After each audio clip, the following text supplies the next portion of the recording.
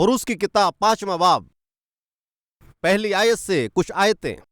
इसके बाद मूसा और हारून ने जाकर फ़िरौन से कहा, खुदावन इस्राएल का खुदा यूं फरमाता है, मेरी कौम के लोगों को जाने दे कि वो व्यावा में मेरे लिए ईद मनाएं। फ़िरौन ने कहा, खुदावन कौन है कि मैं उसकी बात मानकर इस्राएलियों को जाने दूं? मैं खुदावन को नहीं जानता और मैं बनी इस्राएल को जाने दूं? तुम जो कर सकते हो वो कर लो। मेहरबानी से सुनिए, बनी इस्राएल मिस्र के देश में कम से कम 400 सालों तक वहां उनको रहना पड़ा। ये 400 साल मतलब है, ये 400 साल पूरा होने पर खुदा के लोग होने के नाते बनी इस्राएल को दी हुई बातों के मुताबिक दूध और शहद के देश में कदम रखने का वक्त आया। बनी इस्राएल जिंदा खुदा की इबादत करने के लिए उन लोगों को खुदा ने उनको वक्त दे दिया। बनी इस्राएल मिस्र मुल्क में है। मिस्र इस दुनिया को दर्शाता है। फ़िरौन शैतान को बताता है। इस्राएली लोग खुदा के लोगों को बताते हैं। खुदा के लोग बनी इस्राएल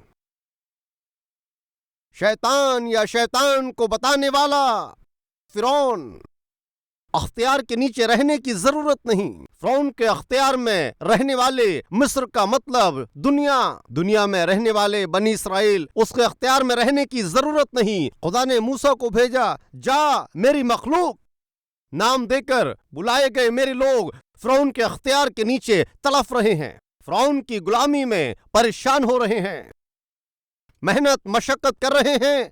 मेरे लोग, मेरे अपने लोग मेरी बरकतों को हासिल करना चाहिए, मेरे पीछे हो लेना। मैंने करार की हुई उस जमीन के अंदर उजाकर दूध और शहद बहने वाले उस मुल्क में खुशहाली से रहें, बढ़ें। मूसा जाओ, हारून जाओ, फ़िरौन को बताओ, मेरे लोगों को, इस्राएलियों को मेरी हम्द ताज़ीम करने के लिए जाने दो कहकर बताएं। मूसा आ गया, हारून आ गया। फ़िरौन से कहते हैं, क्या कहा? खुदा की इबादत करने के लिए, खुदा की हम्द ताज़ीम करने के लिए खुदा के लोगों को, बनी इस्राएल को जाने दे। वे लोग तुझसे नीचे नहीं रहना है, वे लोग तेरे अख्तियार के नीचे नहीं रहना है, वे तेरे या तेरे अख्तियार के नीचे नहीं रहना है, वे तेरे हुकूमत के नीचे नहीं जीना है। वे लोग इस गुनाहगार मिस्र मुल्क में नहीं रहना है। खुदा के लोगों को रहना है, खुदा ने अहद किए हुए मुल्क में रहना है। खुदा ने बांधे गए अहद के मुल्क में, उस जमीन पर खुदा के लोगों को रहने के लिए उन्हें भेज। फ़िरौन को जब मूसा और हारून ने बताया, फ़िरौन ने क्या कहा पता है? इन लोगों को जानने देने को, ये जाकर खुदा की इबादत करने को, ये खुदा कौन है, कितना अहम है। देखिए, आज ये मेरी बातों को सुनने वाले भाइयों बहनों, बड़ी जिम्मेदारी से और समझदारी से ये बातें सुनिए। दुनिया इब्लीस के हाथों में है, ये हकीकत है। इस दुनिया पर अख्तियार इब्लीस का है, ऐसा कलाम कहता है। इस दुनिया में हमें रहना है, लेकिन ये दुनिया हमारे अंदर नहीं रहना चाहिए। इस दुनिया का अधिकारी जो फ़िरौन यानी इब्लीस, हमारे ऊपर अख्तियार दिखाने की जरूरत नहीं। इब्लीस की दुनिया में या उसकी सल्तनत में या उसकी हुकूमत में या उसके रास्ते में खुदा के लोग या खुदा के बेटे हम बिल्कुल नहीं रहना है। इसलिए खुदा चाहता है कि मेरे लोगों आ जाओ, मेरे नाम से पुकारे जाने वाले मेरे लोग आ जाओ। फ़िरौन अख्तियार से, मिस्र की गुलामी से बाहर आ जाओ। एक तरफ खुदा अपने लोगों को बुला रहा है, खुदा आज तुमको भी बुला रहा है। तुम उस इब्लीस की गुलामी में हो, इब्लीस की गुलामी में तुम हो। इब्लीस बैठने के लिए कहता है तो बैठते हो, खड़े होने के लिए कहा तो खड़े होते हो, शैतान पीने के लिए कहा तो पीते हो, इब्लीस घूमने बोले तो घूमता है, इब्लीस जो चबाने के लिए कहता है वही तू चबाता है, इब्लीस जहां सोने के लिए कहता है तू वहां सोता है, इब्लीस जिसे चोरी करने के लिए कहता है तू उसे चोरी कर रहा है। खुदा कह रहा है बस इब्लीस की गुलामी करना बहुत हो गया, उसे खुश करना बहुत हो गया है, इब्लीस के साथ चलना बहुत हो चुका। मैंने तेरे लिए एक मकाम सोच रखा है, तुझसे किए हुए अहद के मुताबिक जन्नत को बना के रखा हूं। आ तुझसे अहद किए हुए दूध और शहद बहने वाले मुल्क को तैयार कर रखा है। आ उसके लोग और उसके बालक होने के नाते वो हमें बुलाता है। इब्लीस के बंधनों से, गुनाह की बेड़ियों से, शैतान के हाथों से बाहर आने के लिए खुदा तुम्हें बुला रहा है। आने वाले कितने लोग हैं खुदा की आवाज को सुन के खुदा की बादशाहत में हमेशा जीने के लिए इब्लीस के बड़े हाथों या फिर उसकी बेड़ियों से बाहर आके खुदा ने अहद की हुई या उसका तसव्वुर की हुई जमीन में आके कदम रखने के लिए हमारे पास कितने कितने लोग हैं। उस दिन मिस्र देश पर बादशाहत करने वाला फिरौन, खुदा की औलाद बनी इसराइल खुदा की इबादत करने के लिए उसने बिल्कुल नहीं माना। हकीकत में वो खुदा कौन है, कहां है? ऐसे बहुत से लोग बहुत सताते रहते हैं, हमेशा खुदा के मुतालिक बात करते रहते हैं, खुदा खुदा खुदा कहते हैं। कहां है बताओ? खुदा को आपने कभी देखा है? देखा है तो बताइए। ऐसे टेढ़े सवाल पूछने वाले नहीं है क्या? खुदा कहां है बताइए। ऐसे ही बात करते वक्त खुदा है क्या? ऐसा कहा है तो दिखाओ। ऐसा कहा क्या खुदा है तो दिखाएंगे क्या? है तो दिखाओ। ऐसा कहा दिखाता हूं, आ जाओ। आइए, आया और करीब आया, जोर से उसके हाथ में नोच लिया। उसने कहा अरे बाप रे, दर्द कहने लगा। क्या हुआ? कहा क्या खुदा को दिखाते हो कहकर जोर से नोचा? दर्द दे रहा है। पूछा दर्द हो रहा है क्या? हां। उसने कहा दिखा। कुछ समझ में आया? समझ में आया। दर्द दे रहा है ये कहता है। नोचने से क्या हुआ? दर्द हो रहा है कहता है। तब दूसरे वाला पूछता है दर्द हो रहा है दिखा। अरे दर्द हो रहा है दिखाओ, बोलो क्या? नोचने से दर्द हो रहा है तुम कहते हो तो दर्द क्या है मुझे दिखाओ। खुदा है क्या? हां है तो दिखाओ। मेहरबानी से गौर करें, खुदा है इस वजह से तू आज यहां है। खुदा के बिना इस सल्तनत में कुछ भी नहीं बना। ये जो कपड़ा है इसको किसने सिया? इसको आप मानते हैं ना? आपके हाथ में जो घड़ी है आप मानते हैं ना किसी ने इसको बनाया है? आपके पैरों में जो चप्पलें हैं आप ये मानते हैं कि किसी ने इसको बनाया है? आप हाथ में जो अंगूठी पहने हुए हैं आप ये मानते हैं कि उसको किसी ने बनाया है? आप और हम यहां हैं, आप मानते हैं कि हमें किसी ने बनाया है? खुदा का कलाम कहता है जो कम अक्ल हैं, खुदा नहीं है ये कहकर, खुदा नहीं है ये कहकर कम अक्ल अपने दिल में वो सोचता है। पहनने वाला जो कपड़ा है इसको किसने सिया वो इसको मानता है। पैंट किसने सिली ये मानता है। चप्पल किसने बनाई ये मानता है। पहने हुए कपड़े या तमाम चीजों को किसी ने बनाया, उसे इन सभी बातों को तस्लीम करता है। लेकिन तुम्हारी पैदाइश कैसे हुई नहीं मालूम। तुम पैदा हुए तो खुदा ने तुम्हें बनाया, इसको नहीं मानते। ये क्या है? इससे भी बड़ा अहमक और कोई है क्या? इससे भी कम अक्ल कोई और है क्या? इसलिए खुदा का कलाम कहता है क्या खुदा नहीं है? कौन कहता है? कम अक्ल कहता है। ये बात मैं नहीं कहता, खुदा का कलाम कहता है। खुदा का कलाम इस चीज को कहती है कि कमअक्ल कहता है कि खुदा नहीं है। मिस्र पर हुकूमत करने वाला फिरौन कम अक्ल है, कम अक्ल है। खुदा होने के बावजूद, कायनात का बनाने वाला होने के बावजूद ऐसे जीता है मानो वो नहीं है। मिस्र पर हुकूमत करने वाला फिरौन बड़ी होशियारी से उसने एक काम किया। वो काम क्या है? कोई भी जिंदा खुदा की इबादत करने की जरूरत नहीं। इब्लीस भी इसी तरह का एक मकसद लेकर आया है। वो क्या है? उसके लोग, हम भी खुदा की इबादत नहीं करना चाहिए, खुदा को नहीं मानना चाहिए, उसकी परस्तिश नहीं करना चाहिए, उसके दर पर नहीं जाना चाहिए। ये इब्लीस के ख्याल हैं। जिंदा खुदा की इबादत नहीं करना या उसको ना मानना, ऐसा नहीं करना है। वो इब्लीस का ख्याल है।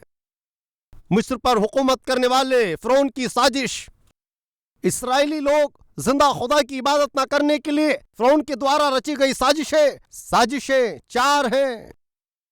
जल्दी जल्दी मैं आपके सामने रखूंगा, मेहरबानी से आए। खुरूज की किताब, उसकी पहली चाल, 5वां बाब, पहली आयत पढ़ता हूं। खुदा यूं फरमाता है, मेरे लोगों को जाने दे ताकि वो बयावा में मेरे लिए ईद मनाएं। फिरौन ने कहा, खुदा कौन है कि मैं उसकी बात मानकर बनी इस्राएल को जाने दूं? मैं खुदाबंद को नहीं जानता, मैं बनी इस्राएल को नहीं जाने दूंगा। वो जाकर खुदा की इबादत करने की जरूरत नहीं। उसकी पहली साजिश क्या है मालूम है? देखिए 6वीं आयत और 5वीं आयत भी। और फिरौन ने कहा, देखो ये लोग इस मुल्क में बहुत हो गए हैं और तुम इनको इनके काम से बैठाना चाहते हो। और फिरौन ने उस दिन उन बेगार करने वालों को और उन पर जो सरदार थे, और फिरौन ने सरदारों को हुक्म दिया कि आगे को तुम इन लोगों को ईंटें बनाने के लिए भूसा न देना, जैसे अब तक देते रहे। वो खुद ही जाकर अपने लिए भूसा बटोरें और इनसे उतनी ही ईंटें बनवाना जितनी वो अब तक बनाते आए हैं। तुम उसमें से कुछ ना घटाना, क्योंकि वो काहिल हो गए हैं। इसीलिए चिल्ला चिल्ला कर कहते हैं, हमको जाने दो कि हम अपने खुदा के लिए कुर्बानी करें। सो इनसे ज्यादा सख्त मेहनत ली जाए ताकि काम में मशगूल रहें और झूठी बातों में दिल न लगाएं। तब बेगार लेने वालों और सरदारों ने जो लोगों पर थे जाकर उनसे कहा, फिरौन यूं कहता है, मैं तुमको भूसा नहीं देने का, तुम खुद ही जाओ और जहां कहीं तुमको भूसा मिले वहां से लाओ, क्योंकि तुम्हारा काम कुछ भी घटाया न जाएगा। चुनाचे वे लोग तमाम मुल्क मिस्र में मारे मारे फिरने लगे और भूसे के बजाय खुंटी जमा करने लगे। और उसने कहा कि तुम उसी तरह से अपना रोज का काम अभी पूरा करो। साजिश नंबर 1, पहली साजिश। फिरौन ने कहा कि कौम जाकर खुदा के लिए कुर्बानी करेंगे, ये कहते हैं। खुदा की इबादत करेंगे, वो कहते हैं। उनके खुदा की परस्तिश करेंगे, वो कहते हैं। बनी इस्राएल को खुदा की इबादत और उसकी परस्तिश करने की जरूरत नहीं। तो क्या करना चाहिए? उनसे ज्यादा काम करवाओ। उन्हें फुर्सत नहीं मिलना चाहिए, चंद लम्हे भी उन्हें आराम मत दो। खुदा के दर पर ना जाएं, ऐसा काम करो। खुदा के सामने ना जाएं, खुदा की इबादत ना करें और खुदा को ये लोग परस्तिश नहीं करने चाहिए। उसके लिए पहला काम तुम्हें करना होगा, उन्हें ज्यादा काम दो। साजिश नंबर 1, काम ना मिलने पर सबसे पहले ये भाई खुदा के घर में बैठता है। ऐ खुदा मुझे एक काम दीजिए, बीवी को पालना और बच्चों को पालना, ऐ खुदा बड़ा मुश्किल हो रहा है। मेरे भाई को नौकरी है, मेरे पास वाले को नौकरी है, और मेरे पास में जो पड़ोसन का लड़का है, कल ही उसको एक नौकरी मिली है। मेरे खुदा मुझ पर रहम करके मुझे काम दो खुदा, क्योंकि सब कुछ आप ही करते हैं। हैकल में दुआ करने वाला तू ही है। जब खुदा तेरी दुआ को सुन के, तेरे आंसुओं को देखकर, तुझ पर तरस खाकर तुझे काम देने पर, पास्टर साहब आके कहते, क्या भाई इस बीच तुम हैकल में नहीं आते हो? तुम कहते हो, क्या पास्टर जी? कहां साहब, वक्त ही नहीं मिलता है साहब। क्या वक्त नहीं है मेरे पास? हैकल में आने का ख्याल करता हूं, लेकिन क्या करूं, सुबह को जल्दी उठ के चला जाता हूं, शाम को देर रात वापस आता हूं। एक ही दिन मुझे मिलता है और वह है इतवार। घर में बीवी बच्चों के साथ रहने के लिए थोड़ा वक्त। मुझको एक ही दिन मिलता है कि मैं अपनी बीवी और बच्चों को बाहर घुमा कर ले आऊं। अब बताइए वक्त कहाँ है मेरे पास आने के लिए? क्या बहन इस बीच आप इबादत में नहीं आए? क्या पास्टर साहब मेरे पास वक्त ही कहाँ है? खुदा के हैकल में ना आते हुए, खुदा के हैकल में ना आते हुए, इतवार का दिन खुदा का दिन है, उसका जिंदा होने का दिन है। खुदा के हैकल में नहीं आते हुए उसकी परस्तिश या उसकी इबादत ना करने का काम इब्लीस करता है। और उसकी साजिश क्या है जानते हैं? हैकल में न आने के लायक ज्यादा से ज्यादा काम देना, खुदा की इबादत में न आने के लिए व्यापार में काम में ज्यादा से ज्यादा बढ़ा देना, खुदा की इबादत में न आने के लिए ते घर में ज्यादा से ज्यादा जिम्मेदारियां देना। कितने औरतें और कितने मर्द खुदा के घर में नहीं आ रहे हैं, खुदा के सामने नहीं आ रहे हैं, खुदा के सामने आकर उसकी इबादत नहीं करते हैं। वजह है ज्यादा काम, घर का काम, पकाने का काम, बाहर का काम, पढ़ाई का काम, व्यापार का काम एक ही नहीं। खुदा के हैकल में न आते हुए तो जो भी काम करता है वो कुछ भी क्यों ना हो, वो तुम्हें एक दिन नुकसान पहुंचाएगा। याद रखो, कुछ लोग एक इतवार को आते हैं तो दूसरे इतवार को नहीं आते। एक इतवार खुदा के सामने आते हैं और दूसरे इतवार खुदा की इबादत में नहीं आते। ऐसे कर सकते हैं क्या? खुदा के हैकल में न आते हुए खुदा को भूलना ये खुदा की मर्जी है क्या? खुदा के हैकल में न आना, उसकी परस्तिश ताजीम ना करना, ये खुदा की मर्जी है या इब्लीस की मर्जी? इब्लीस की मर्जी है, ये इब्लीस की साजिश है। खुदा की मर्जी क्या है? खुदा का मकसद क्या है? आइए निकाले इब्रानियों का खत, उसका 10वां बाब 25वीं आयत। और खुदा के कलाम में क्या लिखा है? और एक दूसरे के साथ जमा होने से बाज ना आए। कलाम में क्या लिखा है? जमा होने के लिए लिखा है या अलग होने के लिए? अलग नहीं होना, एक कलीसिया में मौजूद होना, कलीसिया में मिलना नहीं भूलना। यीशु का दोबारा आगमन बहुत नजदीक है, इसलिए और कलीसिया में इकट्ठा होने के लिए कलाम कहता है। रूहानी लोग, खुदा के लोग ध्यान से सुने। एक तरफ से शैतान ने अपनी साजिश रची। क्या है वो साजिश? खुदा के लोग, हम खुदा की इबादत के लिए इकट्ठा नहीं होना चाहिए, खुदा की सताइश नहीं करना चाहिए, उसके सामने नहीं आना चाहिए। ये इब्लीस की साजिश है। दूसरी तरफ खुदा का मकसद, खुदा के लोग, हम उसके हैकल में आके उसकी मौजूदगी में हमें वक्त बिताना चाहिए, उसकी परस्तिश करना चाहिए, ये ना भूलते हुए कलीसिया में एक दूसरे से मिलना, ये खुदा की मर्जी है। आज मैं आपसे पूछता हूं, इब्लीस की मर्जी पूरी करने के लिए तुम इब्लीस के हो क्या? खुदा की मर्जी पूरी करने के लिए खुदा के बेटे हो क्या? कौन हो तुम? कुछ लोग कह सकते हैं, भाई क्या हैकल में जाकर ही इबादत करने से हम मसीह हैं क्या? क्या हैकल में न जाकर घर पर ही उसकी इबादत परस्तिश करने वाले गुनहगार हैं क्या? ऐसा कुछ खुदा का कलाम में है क्या? मेहरबानी से देखिए, इब्तदा के शागिर्दों ने खुदा के कलाम को बताकर 3000 लोगों ने नजात पाए। उनके साथ औरतें भी शामिल हैं। उन्होंने क्या क्या मालूम है?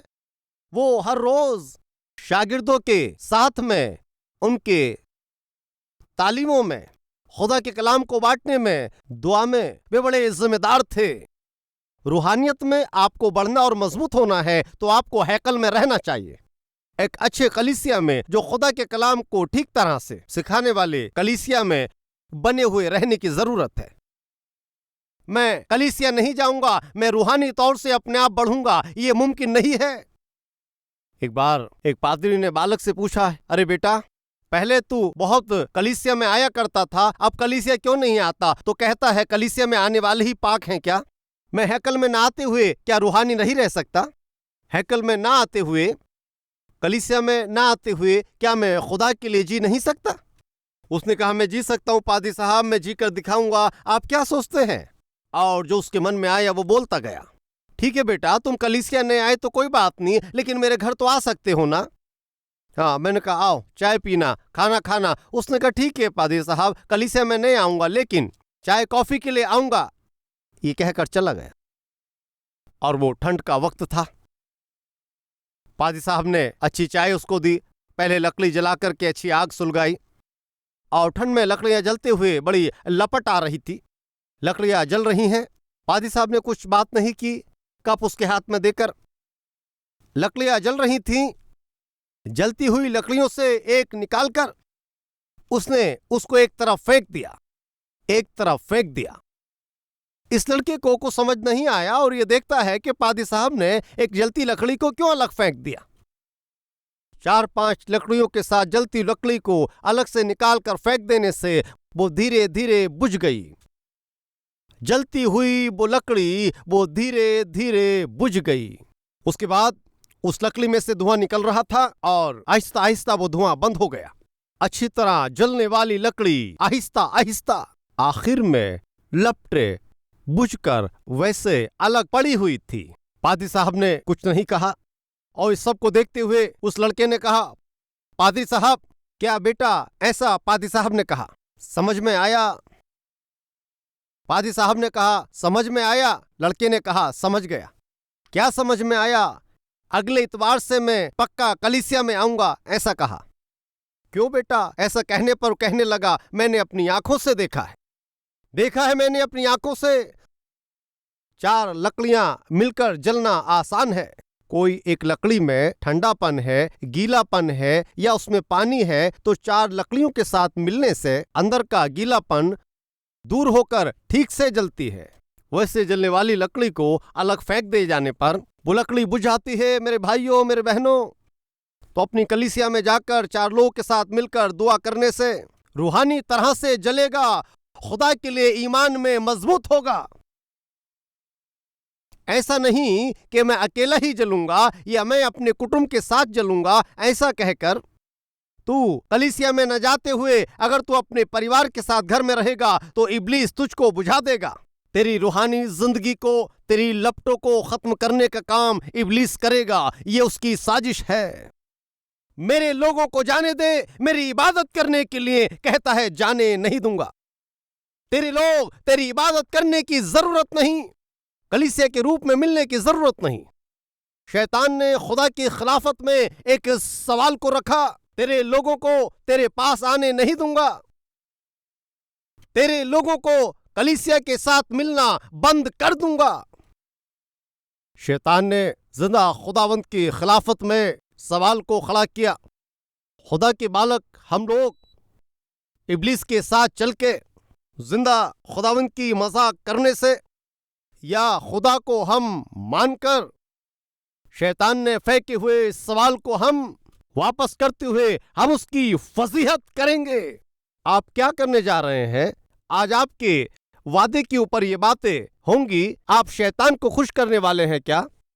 खुदा के घर में ना आते हुए, खुदा के हैकल में ना आते हुए तू अकेला ही अपनी मर्जी के मुताबिक गुनाह की जिंदगी को जीते हुए इब्लीस के हाथों में गुलाम बन जाएगा, या वो गुनाह की जिंदगी और इब्लीस की जिंदगी को तू छोड़ के खुदा के पास आकर खुदा में खुदा का बेटा बनकर तेरी जिंदगी को बदलेगा। तुम क्या फैसला करते हो?